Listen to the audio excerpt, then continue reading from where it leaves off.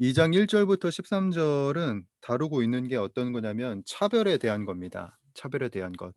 그 야고보서가 작성됐을 그 시기에 있었던 그 사회적인 상황이 교회까지 들어온 거예요. 근데 그 사회적인 상황이 어떤 것이었냐?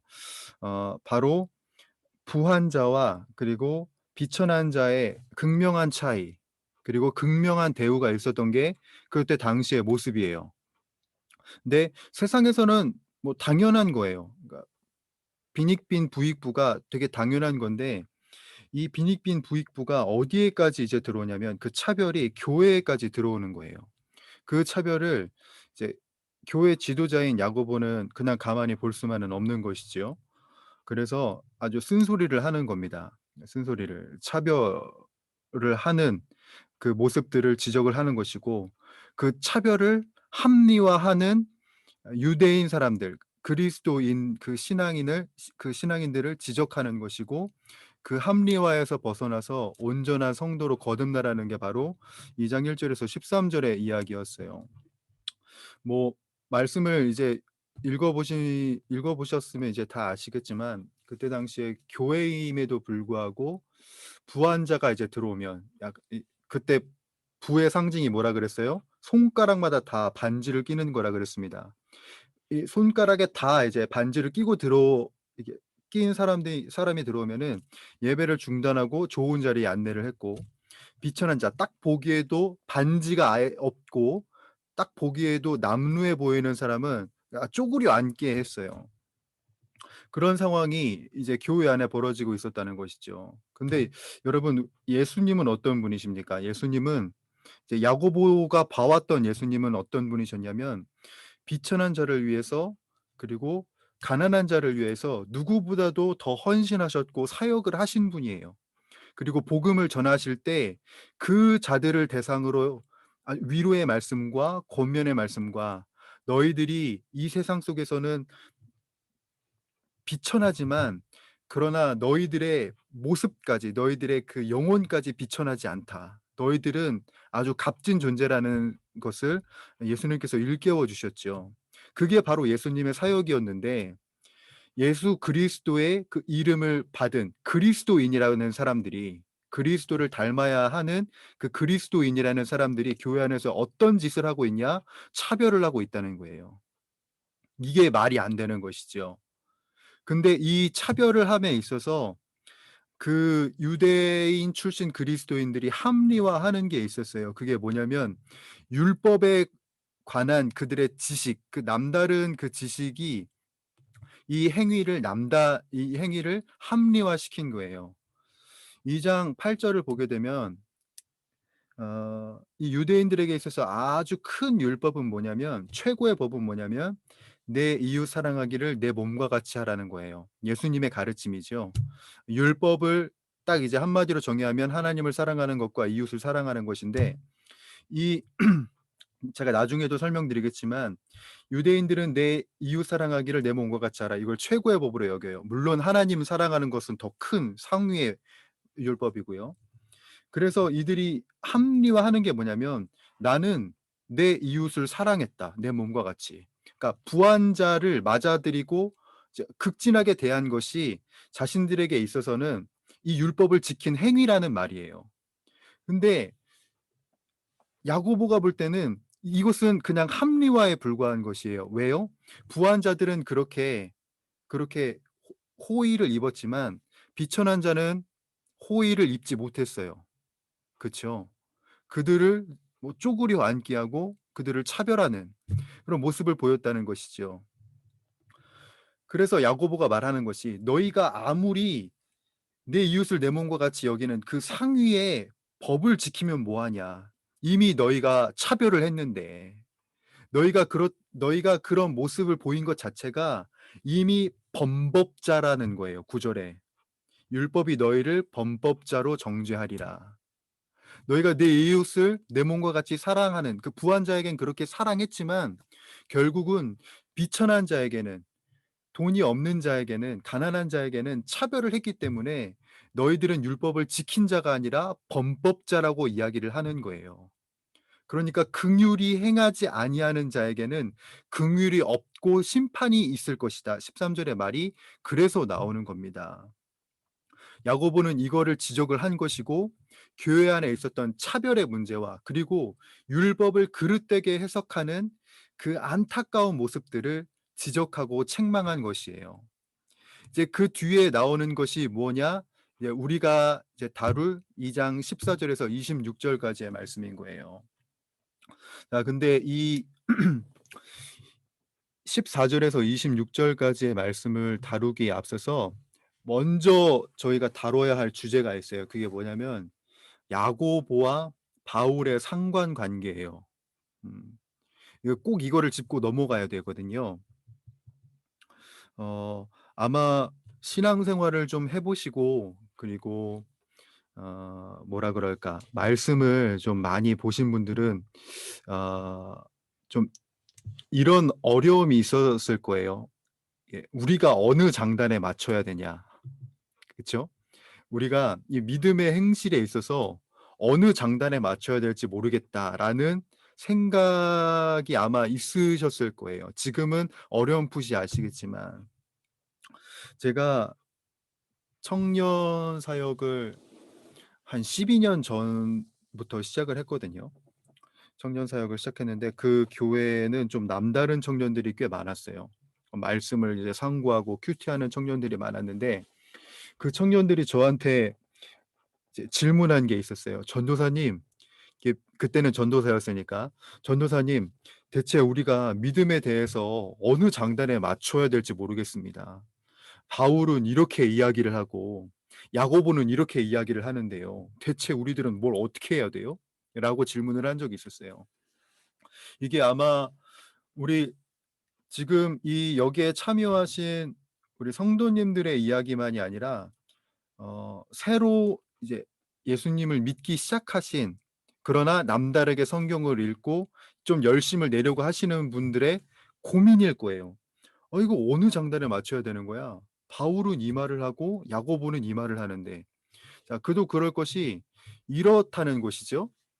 자, 우리가 읽은 우리가 이제 살펴볼 야고보 2장 14절에서는 "내 형제들아 만일 사람이 믿음이 있노라 하고 행함이 없으면 무슨 유익이 있으리요? 그 믿음이 능히 자기를 구원하겠느냐." 근데 여기와 대조적으로 바울은 또 어떻게 말해 버리느냐? 로마서 3 장에 보게 되면 "그러므로 사람이 의롭다 하심을 얻는 것은 율법의 행위에 있지 않고 믿음으로 되는 줄 우리가 인정하노라."라고 말하고 있는 거예요.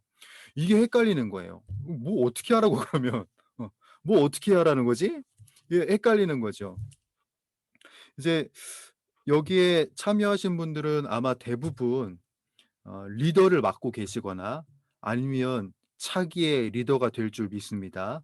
네. 이제 이 여러분들에게 이런 성도님들이 이제 오겠죠. 이제 야고보서와 이제 바울 서신을 이제 딱 가지고 와 가지고 "목자님 이거 우리 어떻게 해야 돼요? 목자님 이거 우리 어떻게 하라는 말이에요?" 자, 라고 딱 질문을 하실 때 자, 여러분은 어떻게 대답을 하시겠어요?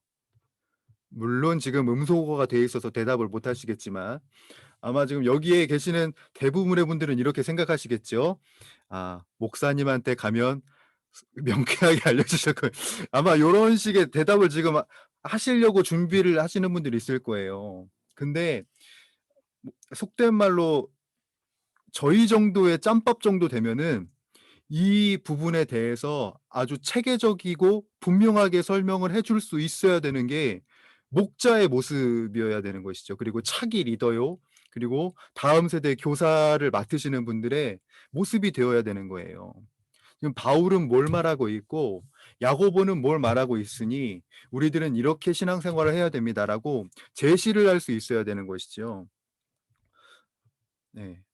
그게 바로 이제 우리들의 책무가 돼야 되는 거예요. 뭐 무조건 성경에 대한 거는 목사님한테 여쭤봐라. 그런 게 아니라 내 자신이 연구하고 내 자신이 말씀을 살펴본 바 그리고 내가 목사님께 강의를 듣고 가르침을 받은 바 "이러이러이러이러하답니다."라고 대답을 할 수 있는 게 이제 우리들의 모습이 돼야 되는 거예요.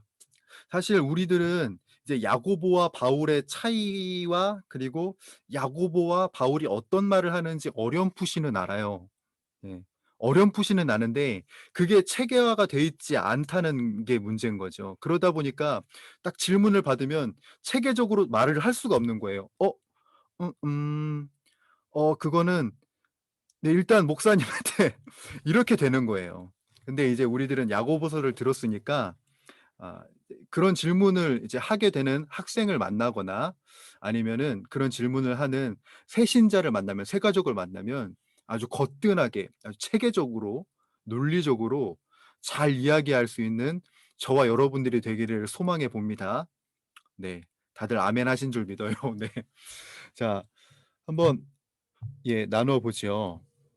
자, 먼저 우리가 뭘 생각을 해야 되냐면 야고보가 말하는 것이 야고보가 말하는 것이 사실상 신약 성서의 보편적인 강조점이라는 것을 주목을 해야 돼요.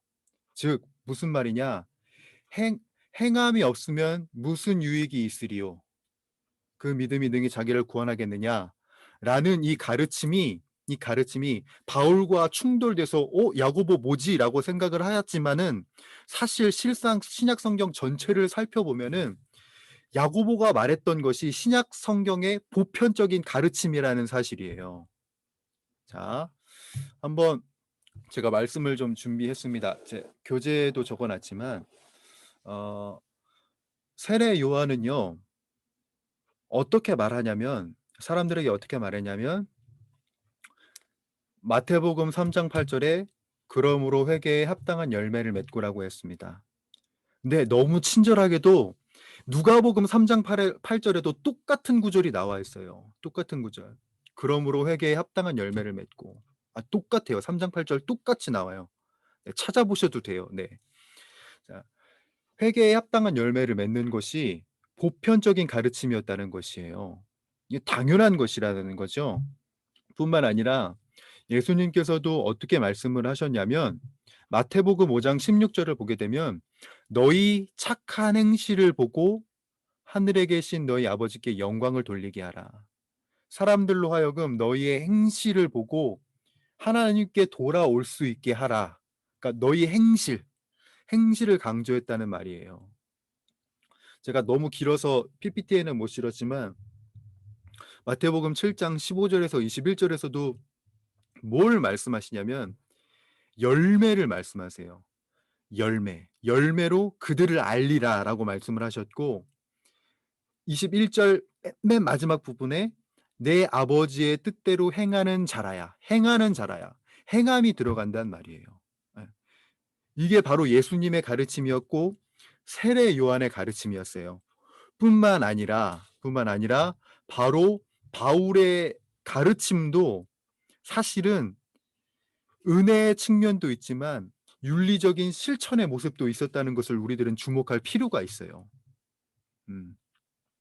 로마서 13 장을 보게 되면은요. 로마서 13 장을 보게 되면 어 이런 구절이 있습니다. "밤이 깊고 낮이 가까웠으니 그러므로 우리가 어둠의 일을 벗고 빛의 갑옷을 입자. 낮에와 같이 단정히 행하고 행하는 게 있는 거예요.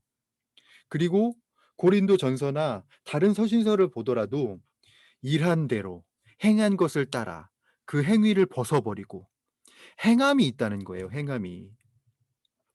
우리들은 이 바울에 대해서 이제 어떤 착각을 하기 쉽냐면 바울이 굉장히 신학적인 조직 체계를 설명하고 교리적인 내용만 이야기하는 사람이라고 여기기가 쉬운데 실상 바울 서신을 찬찬히 살펴보면은요. 뭐가 있냐면 그런 신학적인 가르침과 그리고 어 복음적인 메시지도 있지만 그 끝에 뭘 다루고 있냐면 꼭 복음으로 인한 윤리적인 행함이 있다는 거예요.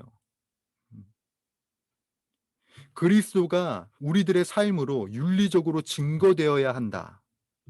이것은 예수님도 그렇고 세례 요한도 그렇고 사도 바울조차도 이런 보편적인 생각과 보편적인 가르침을 전했다라는 것이에요. 자, 이것을 우리들이 먼저 알아야 되는 겁니다. 자, 근데 이렇게 해도 남겨진 문제가 있어요. 뭐냐면 물론 바울이 행함을 이야기는 했지만 바울의 주요한 강조점은 어디에 있냐면 은혜와 신앙, 믿음에 있어요. 근데 야고보의 주요한 포인트는 어디 있냐면 행위와 율법, 일에 있는 거예요. 그러면은 이거를 우리들은 또 어떻게 받아들여야 하냐? 우리가 어떻게 생각을 해야 되냐? 요거를 또 염두해 봐야 되는 거예요. 자, 근데 분명한 사실은 뭐냐면 야고보가 바울을 까기 위해서 이 야고보서를 작성한 게 절대 아니라는 거예요. 야고보서가 작성됐을 그 당시에는 이 바울의 복음이 이 헬라 전체에 좀 퍼져 있는 상황이었거든요. 그런데 그 퍼져 있는 바울의 복음, 바울이 전한 그 은혜의 복음을 이제 야고보도 알고 있어요. 야고보도 알고 있는데 이 야고보가 지적을 한 건 뭐냐면 그 야고보의 복음을 곡해하는, 오해하는, 잘 알지도 못하면서 나는 믿는다라고 말하는 그 행실을, 그 신앙을 지적하기 위해서 이 야고보서가 작성됐다는 거예요. 우리가 믿는다라는 의미를 좀 잘 살펴야 되는데, 자, 믿음에는 일단 두 가지의 개념이 있습니다. 첫째는 뭐냐면 순수한 지적 신념이 있어요. 이게 뭐냐면 여러분 제가 교재도 이제 띄워놨고 그리고 PPT로도 제가 올려놨지만 이제 정삼각형이 있어요. 여기에서 정삼각형 중에 C는 A와 B의 합과 같다는 것을 우리들은 알아요. 그리고 그것이 진실이라는 것을 믿어 의심치 않아요. 우리가 증명하려면 뭐 수학 공식이 필요하기는 하겠지만 어쨌든 증명할 수 있어요. 네, 네, 못하실 수도 있지만 네, 공식이 있으면 증명할 수 있어요. 그렇죠? 근데 이게 나의 생명과 나의 생활에 아무런 변화를 주지는 못해요. 그렇죠? 이 각이 어떻느냐가 내 삶에 어떠한 뭐 실천적이나 변화를 가져다 주지는 않아요. 자, 이와 또 다른 차원의 믿음이 있었는데 뭐냐면 요런 거예요. 자, 여러분 제가 그 PPT에 다이제를 띄워놨어요. 예, 다이제를 띄워놨는데 제가 다이제를 되게 좋아해요. 이게 스트레스 받거나 하면은 다이제 이제 사가지고 한 봉씩 이제 까먹거든요. 네, 여러분 다이제의 가격이 얼마냐면 1,500원이에요. 1,500원. 편의점 가면 1,500원이에요. 자, 그러면 이제 두 개를 사려면 3,000원이 필요해요. 그쵸? 3,000원이 필요하단 말이에요. 근데 어떤 사람이 와가지고 다이제 두 개를 가지고 와가지고 저한테 이러는 거예요. 나한테 내가 이 다이제 당신한테 4,000원에 넘기겠다. 그러면은 제가 사겠어요, 안 사겠어요? 예? 이건 뭐 대답할 가치가 없죠. 안 사죠. 저는 이 가격을 아는데, 그쵸? 3,000원 이하면은 내가 사는데 3,000원 이상인 건 내가 안 산다. 그러면서 돌려보내겠죠. 예. 자, 나는 이 다이제가 1,500원이라는 걸 알고 이 1,500원이라는 것을 알기 때문에 내가 어떤 때 사야 되고 어떤 때 사지 말아야 될지를 알아요. 자, 이것이 나의 생활에 어떤 영향을 주지요. 근데 뭐 큰 영향은 아닐지라도 나의 행동에 변화를 준단 말이에요. 자, 이 두 번째 신념은 뭐냐면, 두 번째 믿음은 뭐냐면, 내가 알고 있는 것, 내가 갖고 있는 그 신념과 그 믿음이 나의 생활과 행동 전체에 적용이 된다는 거예요. 도입을 할 수 있다는 것이죠. 자, 야고보가 지금 반론을 펴고 있는 건 뭘까요? 야고보가 까고 있는 거는 뭐냐면 두 번째 신념이 아니라 첫 번째 신념이에요. 즉, 자신에게 자신의 생활에 어떠한 영향력도 끼치지 못하는 신념, 자신에게 어떠한 영향력도 끼치지 않는 그 믿음에 관해서 지금 지적하고 있고 까고 있다는 거예요. 자, 자, 제가 나중에도 설명을 하겠지만 이때 당시에는 헬라의 문명이 아주 깊숙이 각 나라에 스며들어 있었습니다. 왜냐하면 로마는 힘 있는 나라였고, 그리고 이스라엘 자체가 로마의 속국이었기 때문에 그래요. 헬라의 문화는요, 머리로 아는 지식과 몸으로 하는 행동이 철저하게 구분되어 있어요. 근데 그들에게 있어서 머리로 생각하는 지식은 고귀한 일이고 몸으로 하는 일은 천한 일이에요. 그 그들의 그 삶의 양식이 종교에도 이제 들어오거든요. 머리로 이제 지식으로만 아는 거는 뭐 온전한 일, 이제 몸으로 굳이 하지 않아도 되는 것, 이렇게 딱 단절시켜 버리는 거예요. 그러한 생활의 양식이 이제 교회에도 들어오니까 야고보는 어떻게 할 수밖에 없었을까요? 그거를 지적을 할 수밖에 없는 거예요. 자, 여기에 더불어서 바울이 말하는 믿음과 신앙의 개념은 뭘까요? 첫 번째일까요? 두 번째일까요?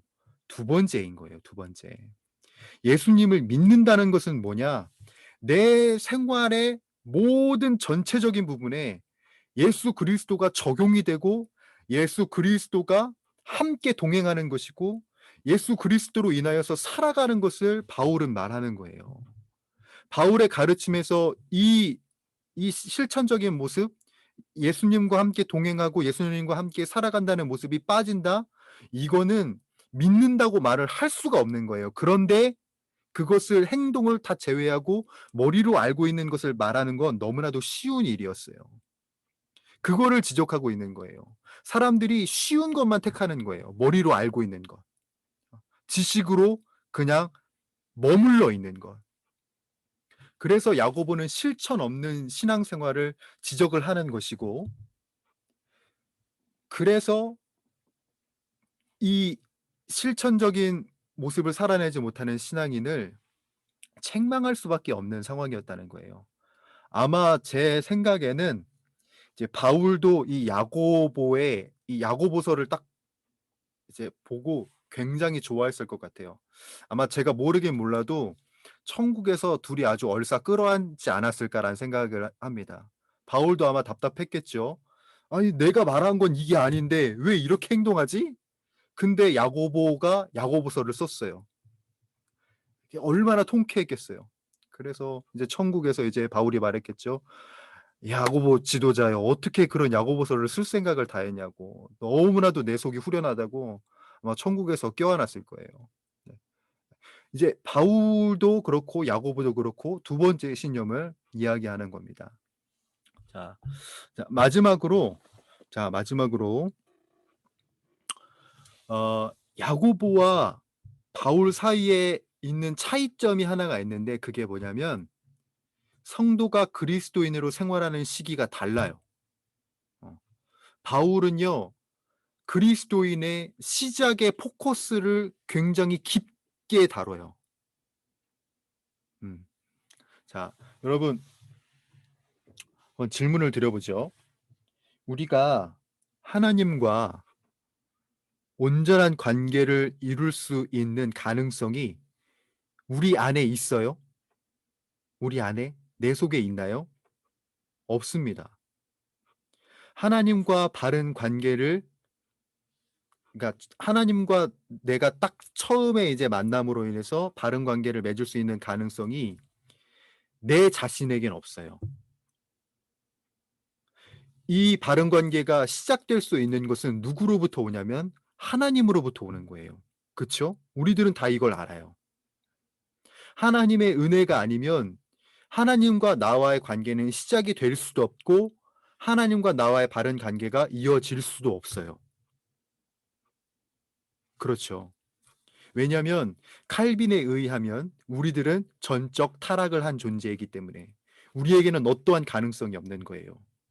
그런데 하나님께서 예수 그리스도를 보내심으로 우리를 사랑하시고 그리고 우리를 사랑하시기로 작정하시고 우리들과 함께 하시기로 작정하신 그 은혜 때문에 지금 우리가 있는 거예요. 하나님과의 관계를 시작하고 바른 관계로 이어질 수 있는 그 시작점, 그 시작점을 바로 하나님의 은혜로 얻게 되었다는 것이죠. 사람이 할 수 있는 건 뭐냐면 주님께서 주신 그 용서, 예수 그리스도를 그냥 받아들이는 것만 할 수 있어요. 내가 뭐 인격적인 수양을 한다고 해서 하나님과 나와의 관계가 시작이 될 수 있는 게 아닌 거예요. 하나님의 은혜로 시작할 수 있는 것이죠. 바울은 이거를 강조해요. 자, 이에 반해 야고보는 이 시작점을 거친 사람에 대해서 이야기를 하고 있는 거예요. 이미 신앙 고백을 하고 하나님의 은혜와 하나님의 사랑과 동행하는 그 그리스도인들을 다루는 것이죠. 이미 나는 하나님께 용서를 받은 사람이고 나는 그분의 은혜로 인해서 그리스도인이 됐다고 공언하는 사람에게, 그것을 말하는 사람에게 이제 어떠한 삶을 살아내야 할지 이야기를 하는 것이죠. 바울이 말했죠. 이전 것은 지나갔으니 보라 새 것이 되었도다. 우리들은 새 것이 되었다. 이 바울의 메시지를 그대로 받아서 야고보는 뭐라고 하는 거냐면 우리는 새 것이 되었기 때문에 새로운 삶을 살 수 있어야 된다는 거예요. 새로운 삶이 되었는데, 새로운 사람이 되었는데, 새 것이 되었는데 왜 옛것의 모습이 있는지, 왜 옛것의 모습이 있느냐, 이거를 지적하고 있는 것이죠. 사람은 성화하기 위해, 성숙하기 위해 온전한 모습과 온전한 삶을 살아야 되는 것을 야고보는 강조를 하는 것이고, 이에 대해서 바울도 전적으로 동의를 했을 것이에요. 그래서 야고보와 바울이 천국에서 얼싸 끌어안았겠죠. 잘했다고. 바울의 복음 잘 전했고 야고보서 잘 썼다고 서로가 서로 껴안았을 거예요. 이 둘을 또 이제 예수님과 하나님이 또 끌어안으셨겠죠. 잘했다고. 우리 종들 정말 잘했다고. 그렇게 이야기를 해준 것 너무나도 귀한 일이라고 아마 끌어안았을 겁니다. 자, 여러분 이제 정리를 합니다. 야고보와 바울의 차이는 바로 출발점의 차이인 거예요. 바울이 말하는 것은 사람과 하나님의 관계의 그 시작점, 어떻게 시작을 할 수 있냐, 은혜로 시작할 수 있다.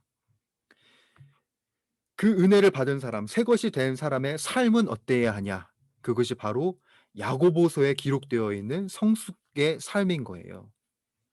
자, 그러면 이제 여러분들 이 야고보와 바울에 대해 이제 우리가 들었죠. 그러면 이제 새로운 세론이 왔을 때 믿음에 관하여 설명을 이제 요구할 때 이제 여러분 어떻게 말씀하시겠어요? 또 목사님한테 가라고 또 목사님한테 손철구 목사님한테 가야 된다고 뭐 이렇게 얘기하시지 말고 바울의 신학을 먼저 얘기해 주세요. 이 땅에 태어난 우리들이 아무리 노력해도 평안을 얻을 수 없었다. 절에 가서 절을 수천 번 해봐도 수만 번 해봐도 산에 들어가도 참된 자유가 없었다. 그러나 우리들은 주님께서 주신 그 십자가로 주신 부활로 주신 그 은혜로 인하여서 우리들은 평안을 얻게 되었고 은혜를 얻게 되었다. 바로 그 주님과 우리들은 온전한 관계가 하나님의 은혜로 시작되었다. 자, 여기에서 이제 야고보의 신학으로 넘어가는 거예요. 그러면 이제 우리들에게 주어진 자유와 은혜를 우리들은 어떻게 써야 하냐? 온전히 써야 한다. 온전히. 새 것이 되었으면 새 것답게 사용을 해야 되듯이 우리의 인생도 주님을 만나서 새로움을 경험했으니 새로운 삶을 살아내야 한다. 예수님께서 나에게 사랑을 아낌없이 주신 것처럼 내 가족에게 사랑을 실천하고 내 직장 동료에게 선한 영향력을 전달하면서 믿는 자의 모습이 무엇인지 우리들은 믿음의 행실을 살아낼 책임감이 있다. 이것이 바로 바울과 야고보가 말하는 믿음이요 믿음의 행실이다. 라고 우리들은 이렇게 체계적으로 이야기를 할 수 있어야 되는 겁니다. 자, 여러분 아시겠죠? 자, 물론 뭐 목사님들께 이제 보내도 돼요. 보내도 되지만 야고보서를 들은 이제 야고보 클래스를 들은 이제 우리들은 좀 이제 남다르다는 거죠. 이제 설명을 할 수 있는 것이죠. 새로운 세론이 와 가지고 "믿음이 뭡니까? 믿음의 행실이 뭡니까?" 성경을 가지고 이제 들이대면은 이제 우리들은 바울의 신학과 그리고 야고보의 신학으로 예수님의 복음을 예수님이 말씀하신 믿음을 설명할 수 있는 것이죠. 네. 자, 그렇게 우리 새 가족들에게 우리 학생들에게 잘 설명할 수 있는 저와 여러분들이 되기를 바라 봅니다. 여튼 중요한 것은 무엇이냐? 야고보와 바울은 모순되지 않다는 점. 서로가 서로를 보완하고 서로가 서로를 보충함으로써 예수님의 복음을 완전하게 하고 있다는 것. 바로 이것을 우리들은 기억해야 된다는 것입니다. 자, 네. 참 제가 강의를 준비하면서 이 문구가 너무 와닿았어요. 우리는 행위에 의하여 구원을 얻는 것이 아니라 우리는 행위를 위하여 구원을 얻은 것이다. 이전에 패역한 삶을 살았던 우리들의 삶의 모습이 구원을 얻음으로 인해서 변화된 삶을 살아가는 것. 바로 그것이 그리스도인의 삶이요 우리들의 삶임을 잊지 않기를 바랍니다. 네. 자, 이제 어 2장 14 절부터 본격적으로 들어가 보도록 하겠습니다. 네. 자, 물 한 잔만 마시겠습니다. 네.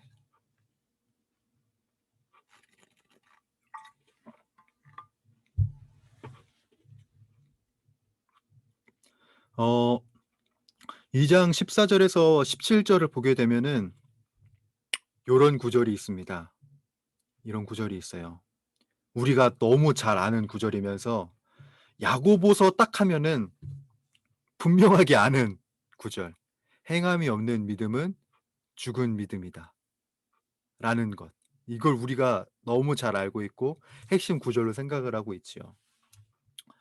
어 야고보가 이 믿음에 관해 이야기를 하면서 형제 자매의 이야기를 가져왔어요. 그쵸? 형제 자매의 이야기를 가져왔는데 그냥 지체라고 하면 되잖아요.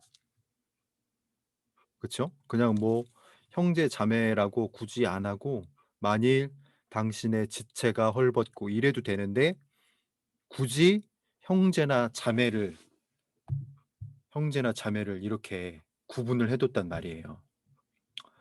왜 야고보가 이렇게 구분을 하냐면 그 당시의 생활상을 잘 반영하면서 이야기를 하고 싶기 때문에 그래요. 자, 여성은요. 우리들이 이 성경의 시대상을 잘 알고 있듯이 그 당시의 여성은 지위가 매우 낮았어요. 남편이 죽어서 과부가 되면요.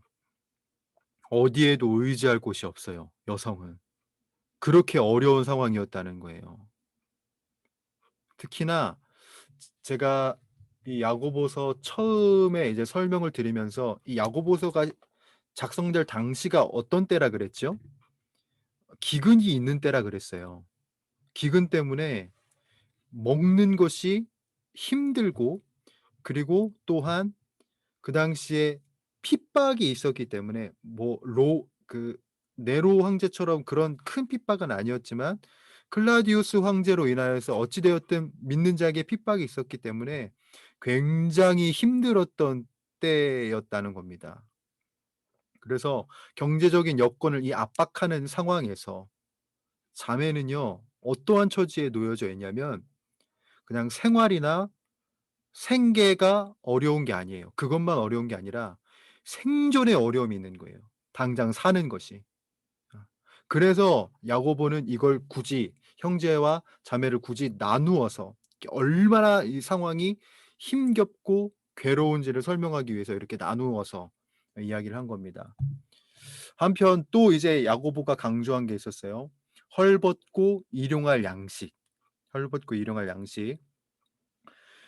이 헐벗었다는 말은 뭐 완전히 벌거벗었다는 의미가 아니에요. 어 이러면 진짜 죽죠. 네.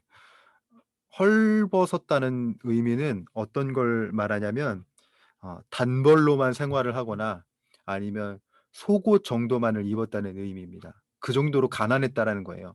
자, 여기서 또 속옷 속옷이라고 해서 지금 우리들이 알고 있는 그런 속옷으로 생각하시면 안 돼요. 그런 수용복 같은 개념이 아니에요.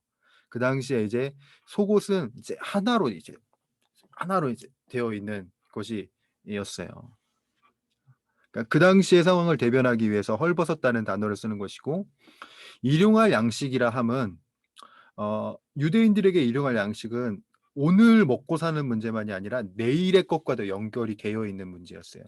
그러니까 이 말인즉슨 헐벗었고 일용할 양식이 없다라는 말은 무엇을 말하냐면 내일이 없는 삶, 내일이 없는 삶, 미래가 없는 삶을 강조하기 위해서 야고보가 이 표현들을 사용을 했습니다. 네, 이걸 참고해 주시고요. 어, 자, 이런 구절을 이제 가지고 오면서 이런 어, 비유를 가지고 오면서 야고보가 뭘 이야기하냐면 실천이 없는 신앙 고백에 대해서 행위가 따르지 않는 그 신앙에 대해서 책망을 합니다. 어, 요런 예화들을 통해서 자신이 말하고 싶은 것을 이제 이야기하는 것이죠. 어떤 사람이 입을 옷이나 먹을 양식이 없다고 하자. 이 그 당시의 생활상을 생각하면 유대인들에게 있어서 이 말씀을 받는 그 당시의 사람들이라면 이게 얼마나 힘든 것인지 와 닿았을 거예요. 그러면서 야고보가 이제 강조한 게 어떤 거냐면 어 야고보서의 이 뭐라 그럴까요? 수신자는 바로 흩어져 있는 12지파잖아요. 즉 이 말인즉슨 유대인이라는 말이에요. 이 유대인에게 이제 뭘 지금 주지시켜 주는 거냐면 "너희가 구제를 최고로 여기지 않냐. 너희가. 너희가 구제를 최고로 여기는데 그 중요한 것을 왜 하지 않냐."는 거예요. 음 제가 아까 앞서서 설명했을 때 2장 초반부를 제가 설명을 했을 때 그 당시에 율법은 어떤 것이 있었냐면 "내 이웃을 내 몸과 같이 사랑하라." 내 이웃을 내 몸과 같이 사랑하라는 것을 최고의 율법으로 여겼습니다. 음. 바로 이 구절을 최고의 율법으로 여겼어요. 네. 요게 지금 포함됐네요. 네. 잠깐 넘기겠습니다. 이렇게 이웃을 사랑하는 것에 대해서 중요하게 여겼고, 그리고 어 벤시라라고 하는 어 구약의 제2 경전을 작성한 이 저자는 어떻게 말했냐면 "물은 타오르는 불길을 끌 것이고 구제는 죄를 속량한다."라고 이야기를 했어요. 그 정도로 유대인들에게 있어서 구제는 굉장히 중요한 일이었어요. 그러니 지금 이 야고보가 이 말을 한다는 것은 뭐예요? "너희들 구제를 중요하게 여기잖아. 너희들 구제가 얼마나 중요한지 알잖아. 너희들 최고의 율법이 뭐야? 내 이웃을 내 몸과 같이 사랑하라는 건데 우리들 그렇게 살아내야 되지 않겠어?" 라고 이야기를 하는 거예요. 이것을 말하면서 동시에 어떤 것을 지적하냐면 "너희들은 헬라의 문화에 잠식이 되면 안 돼. 머리의 암과 그리고 몸의 행동을 철저하게 구분짓는 그 이분법에서 벗어나서 너희들은 철저한 구제, 온전한 구제를 할 수 있어야 돼. 복음으로 인한 그 능동적인 섬김을 너희들은 할 수 있어야 된다는 것을 이야기를 하는 거예요. 그와 동시에 야고보가 지적하는 것, 이게 중요한데요. 훌륭한 감정적 체험만 되풀이하는 것이 아니라 그 감정을 행동에 옮겨야 함을 강조를 하는 거예요. 자, 요거에 대한 예를 우리들이 정말 이해하기 쉽게 제가 들어 드릴게요. 우리가 매주 설교 듣죠. 어떤 분들은 새벽마다 설교를 들으실 거예요. 그 설교를 들으시다가 어떤 날은 그런 날이 있어요. '와 오늘 설교 대박이다.'라는 게 있어요. '와 오늘 설교 진짜 엄청난데? 와 오늘 설교 되게 유익한데? 괜찮았는데?' 라고 생각되는 때가 있어요. 뭐 저는 목회자로서 그 날이 성도님들에게 매일같이 있었으면 좋겠지만 근데 우리가 '괜찮았어.'로 머무는 때가 있는 거예요 또. 설교를 들었는데 그 메시지가 너무나도 좋고 내 마음에 울림을 주는 그 메시지이기도 했는데 그게 삶으로 이어지질 않아요. 이걸 지금 지적하는 거예요. 우리가 교회에 가게 되면 예배에 참석하게 되면은 감정적 체험을 하게 됩니다. 아주 훌륭한 감정적 체험을 하게 되죠. 뭐 눈물이 흐르기도 하고 벅차오르는 기쁨이 생겨나기도 하고요. 그리고 말씀을 듣다가 내 속에 결단이 막 샘솟아 나기도 해요. 근데 그것뿐인 거예요. 지금 야고보가 지적하는 건 바로 그것뿐에 멈춰져 있는 유대인들을 지적하는 거예요. 그래서는 안 된다. 그래서는. 너희가 아는 그 믿음이라는 것이 그런 감정적 체험을 되풀이하고 누리는 것만이 아니라 너희 안에 샘솟아난 그 감정, 그것이 기쁨이든지 슬픔이든지 아니면 구제를 하는 것이든지 이제 여기에서는 구제겠죠. 야고보가 말하는 건 너희들이 이웃을 도와야 되고 기도해야 하고 섬겨야겠다는 그 구제의 깨달음을 너희들은 감정에만 머무를 게 아니라 실천할 수 있어야 된다. 어. 왜 그 예배 안에서의 그 벅찬 감격으로 멈춰 있느냐. 그러지 말아라.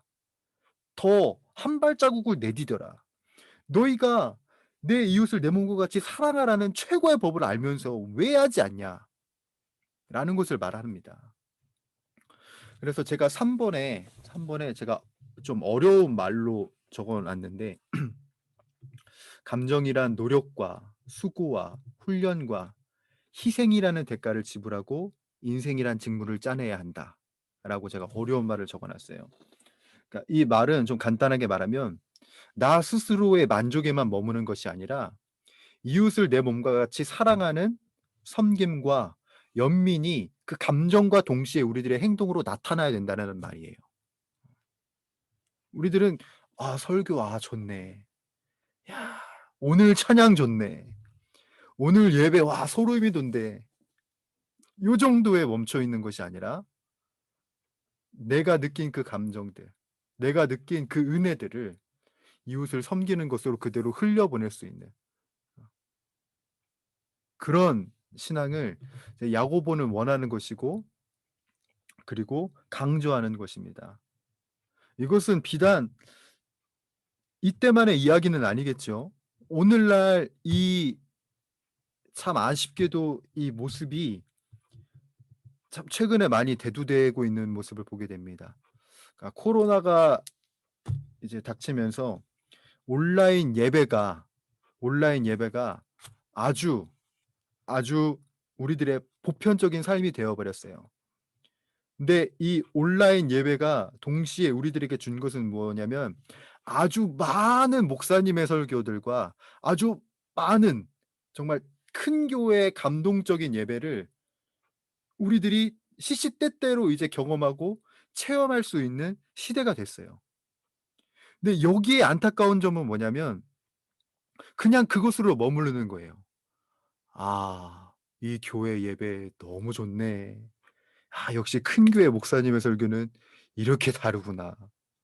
요 정도로 그분의 메시지와 그 온라인 예배를 통해서 받은 감격을 흘려보내야 되는데 그렇지 않고 움직이지 않고 그대로 머무는 신앙. 음. 아마 야고보가 지금 살아 있었다면 아마 이 부분에 대해서도 쓰지 않았을까 싶어요. 어 그러니 우리들은 어떤 신앙이 되어야 하냐? 들은 것, 느낀 것을 이웃을 사랑하는 것으로 흘려보낼 수 있는 신앙. 바로 그 교회가 성숙한 교회고 그런 성도가 온전한 성도이지 않겠어요? 그냥 나 자신만 만족하고 나 자신만 좋으면 무슨 유익을 끼치겠어요? 널리 세상을 어떻게 이롭게 할 수 있겠어요? 우리 교회 이름처럼. 나 자신에게만 머물러 있으면. 근데 그것이 아닌 겁니다. 교회는 세상을 이롭게 하는 겁니다. 널리 세상을 이롭게 하는 것이고 선한 영향력을 끼치는 것이에요. 이것을 잃지 않는 우리가 되기를 바라 봅니다. 네. 시간이 없어서 넘어가겠습니다. 어 야고보가 이 야고보서를 작성할 당시에 어떤 신앙인은 이런 이야기를 했다고 합니다. 어떤 얘기냐? 믿음은 훌륭한 것이다. 그리고 행위도 훌륭한 것이다. 그러나 한 사람이 이 양자 모두 믿음과 행위 모두를 소유할 필요는 없다. 어떤 사람은 믿음을 갖게 될 것이고 또 어떤 사람은 행위를 갖게 될 것인데 당신은 당신의 행위를 계속해라. 나는 나의 믿음을 계속 유지하겠다. 결국 우리들 모두는 각각 제 나름대로 참된 종교를 가지게 되는 것이다. 라고 말하는 신앙인이 있었다고 합니다. 이에 대해 야고보가 말하는 거는 아니라고 말하는 거죠. 아니라고. 양자 중에 하나를 선택하는 것이 아니라 아까 설명드렸죠. 순수한 지적 신념을 선택하는 것이냐 아니면 행동을 선택하느냐 이런 차원이 아니라 그리스도인은 무엇을 잡아야 되냐? 믿음과 행실을 동시에 붙잡고 걸어갈 수 있는 사람이 되어야 한다는 거. 이것을 말하는 겁니다. 그래서 야고보가 이 18절 19절을 통해서 뭘 말하고 싶냐면 균형이 잡힌 사람은 신앙의 균형이 잡힌 사람은 어떤 사람이냐면 사상과 행동이 일치한다는 것을 말하고 싶은 거예요. 믿음과 행동이 반드시 일치한다. 이것은 분명한 거예요. 우리가 이제 얼마 안 있으면 여러분 3.1절입니다. 벌써 2021년에 3월이 2월이 끝나가요, 여러분. 3.1절은 어떤 날인가요? 지금으로부터 100년 넘게 1919년에 민족 대표 33인이 독립을 선언하고 독립선언서를 작성합니다. 이 중에 기독교인이 몇 명이었냐면 그중에 33명 중에 50%인 16명이 있었어요. 이 16명을 통해서 이 33명의 민족 대표를 통해서 독립선언서가 작성되었고 이 선언서가 2월 28일에 전국 각지로 전달되었습니다. 그리고 이 민족 대표 33인이 만세 운동을 주도해서 그 당시에 106만 명이 넘을 거예요. 106만여 명이 3.1 운동에 참여를 하고 이 3.1 운동에 이어서 뭐가 세워지게 되냐면 대한민국 임시정부가 수립이 됩니다. 사상가는요, 그의 사상을 행동에 옮기지 않으면 반쪽 인생에 불과합니다.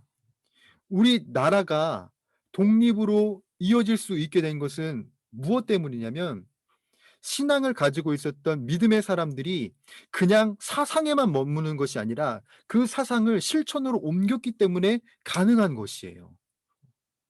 균형이 잡힌 사람은 그래서 어떤 사람이냐? 사상과 행동이 일치하는 사람이다. 제가 영상을 하나 준비했어요. 이 3.1 운동, 저희가 이제 얼마 안 있으면 3.1절이기 때문에 작년 총회에서 만든 100주년 영상을 제가 좀 가지고 왔습니다. 여러분 살펴봐 주시고 우리 기독교인이 우리 그리스도인이 이 독립을 위해서 얼마나 힘을 썼는지 여러분들 함께 영상을 시청해 주시기 바랍니다. 네, 함께 보겠습니다. 지금으로부터 100년 전 그날,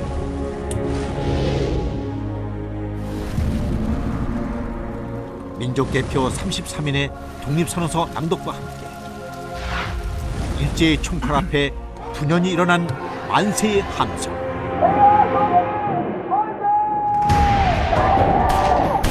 그것은 단순한 외침이 아니었습니다.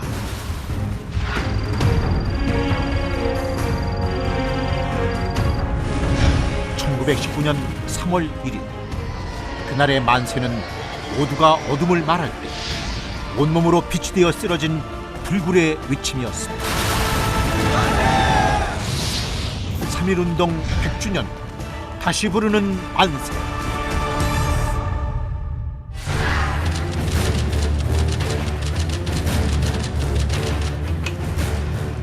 일제가 대한제국의 국권을 강제 침탈한 1910년, 서구 열강들은 국제사회에 보내는 조선의 항거를 물거품으로 만들며 일본의 주권 침탈을 묵인했습니다.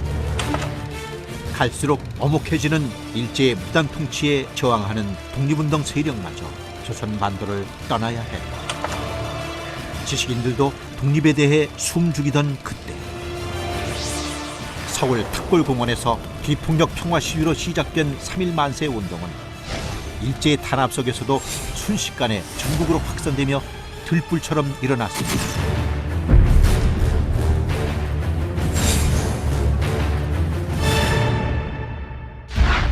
죽음을 불사하고 많은 국민들이 참여하여 진정한 대한독립 만세운동이 될 수 있었던 것은 민족대표 33인 중 50%인 16명이 기독교인이었고, 3개월 동안 3.1 만세운동으로 기소된 9,080명 중 3,576명이 종교인, 그중 기독교인이 55%에 달하는 1,979명으로 그만큼 기독교가 민족 독립에 좋은 영향력을 끼치고 있었기 때문입니다.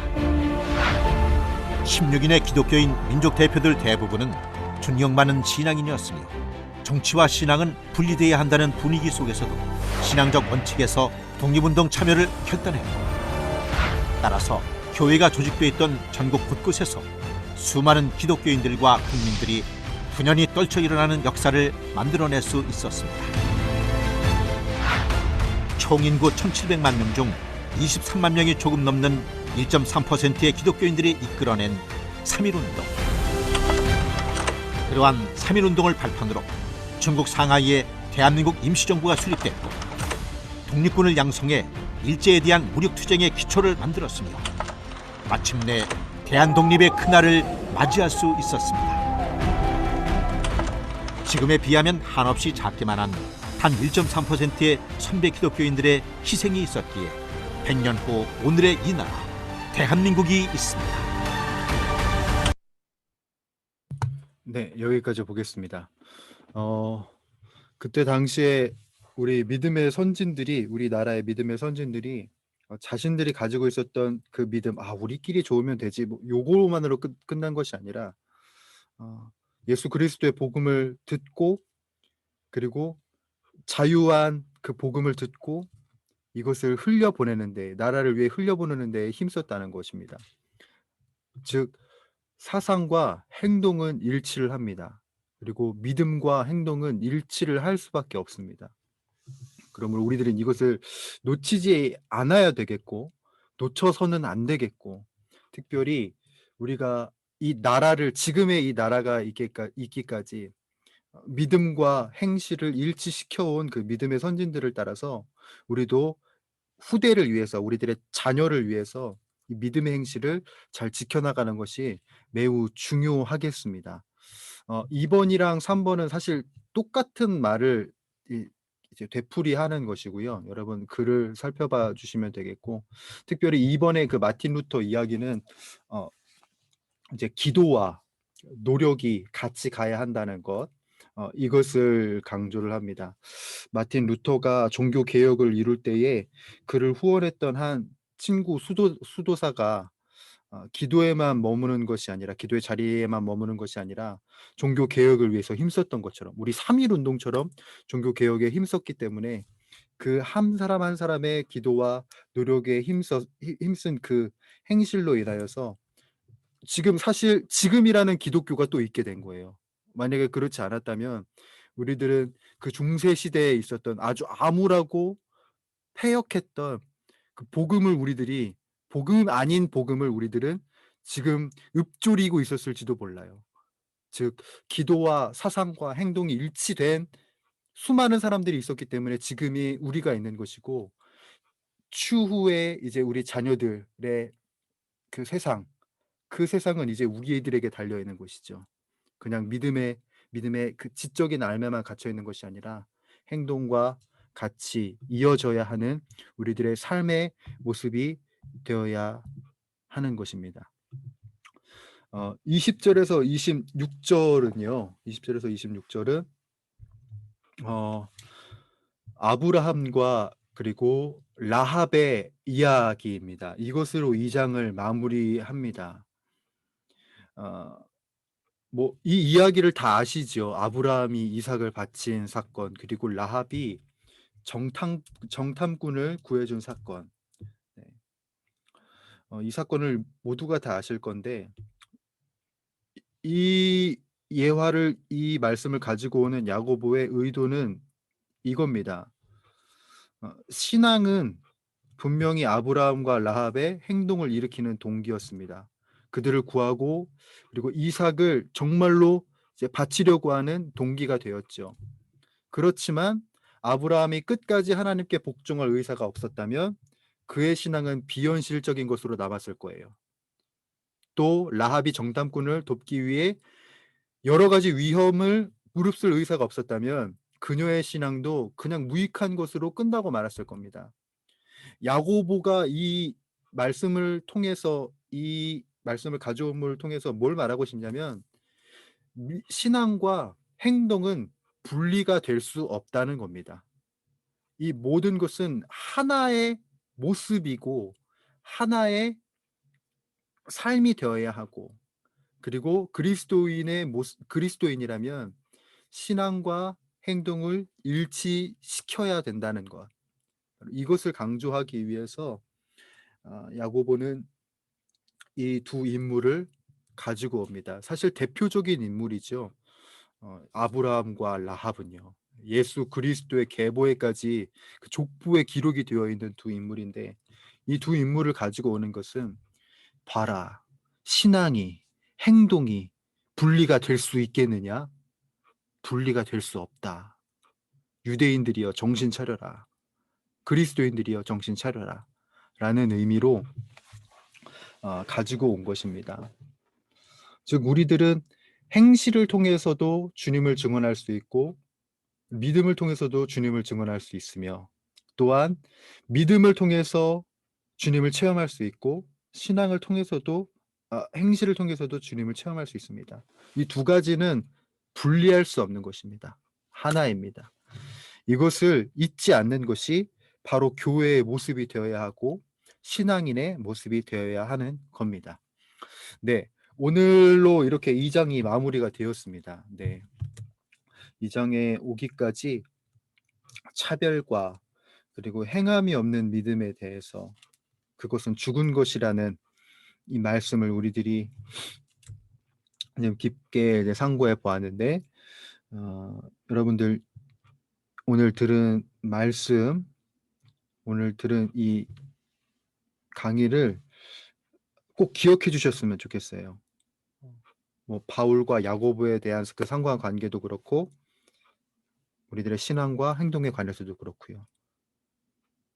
요즘도 이 신앙과 행동이 분리되어 있는 그리스도인들이 너무나도 많아서 사람들이 참 괴로워하고 있는 모습들을 우리들이 많이 보게 됩니다. 우리들은 이 세상을 하나님의 나라로 만드는 자들이지 그들을 더 힘들게 해서는 안 되겠죠. 그러므로 성숙한 교회로서 우리가 책임감 있게 복음을 정말 책임감 있게 살아내는 그런 교회가 되었으면 좋겠습니다. 깊은 밤 함께 해주심에 너무 감사드리고요. 제가 기도하고 마치도록 하겠습니다. 하나님 아버지 감사합니다. 오늘 귀한 밤 우리들에게 허락하여 주셨고 주님의 은혜의 말씀 안에 우리가 깊이 잠기는 시간 허락하여 주심에 너무나도 감사합니다. 신앙과 행동이 결코 분리될 수 없음을, 신앙과 행동은 늘 일치해야 됨을 우리들이 다시금 새삼 깨닫게 되면서 우리들의 모습을 생각해 봅니다.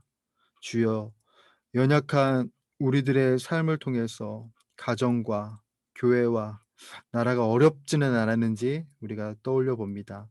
부디 바라옵기는 이 야고보서를 대면한 우리가 주님의 새로운 나라 온전히 이루어가는 귀한 사명자로 서게 하여 주시옵고, 하나님의 뜻과 하나님의 그 깊으신 사랑을 전할 수 있는, 구제에 힘쓰며 섬김에 힘쓰는 주님의 사람들이 우리들이 되게 하여 주시옵소서.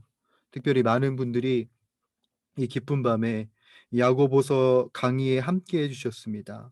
우리 사랑하는 홍익의 권속들 모두 축복하여 주시옵고, 우리 홍익의 권속들을 통하여서 하나님이 드러나고 하나님이 증거되고 하나님이 기뻐하시는 귀한 삶이 될 수 있도록 주장하여 주시옵고 붙들어 주시옵소서. 깊은 밤입니다. 하나님, 우리 주의 권속들에게 단잠을 허락하여 주시옵고 내일을 능히 승리할 수 있는 힘을 얻게 하여 주옵시며, 특별히 마음에 평안함이 없는 지체에 있다면 주의 평안함으로 모든 것을 담대히 이겨낼 수 있도록 주께서 도와주시옵고 살펴주시옵소서. 예수님의 이름으로 간절히 기도드립니다. 아멘. 네, 모두들 감사드립니다. 우리 장로님, 권사님, 집사님, 우리 모든 형제 자매님들 감사드리고 다음 주에 저희 뵙도록 하겠습니다. 사순절입니다. 사순절 우리가 거룩하고 경건하게 지켰으면 좋겠고요. 우리들의 행실로 주님의 살아계심을 온전히 전하는 우리 모두가 되기를 바랍니다. 네, 이상으로 마치겠습니다. 종료하겠습니다. 감사합니다.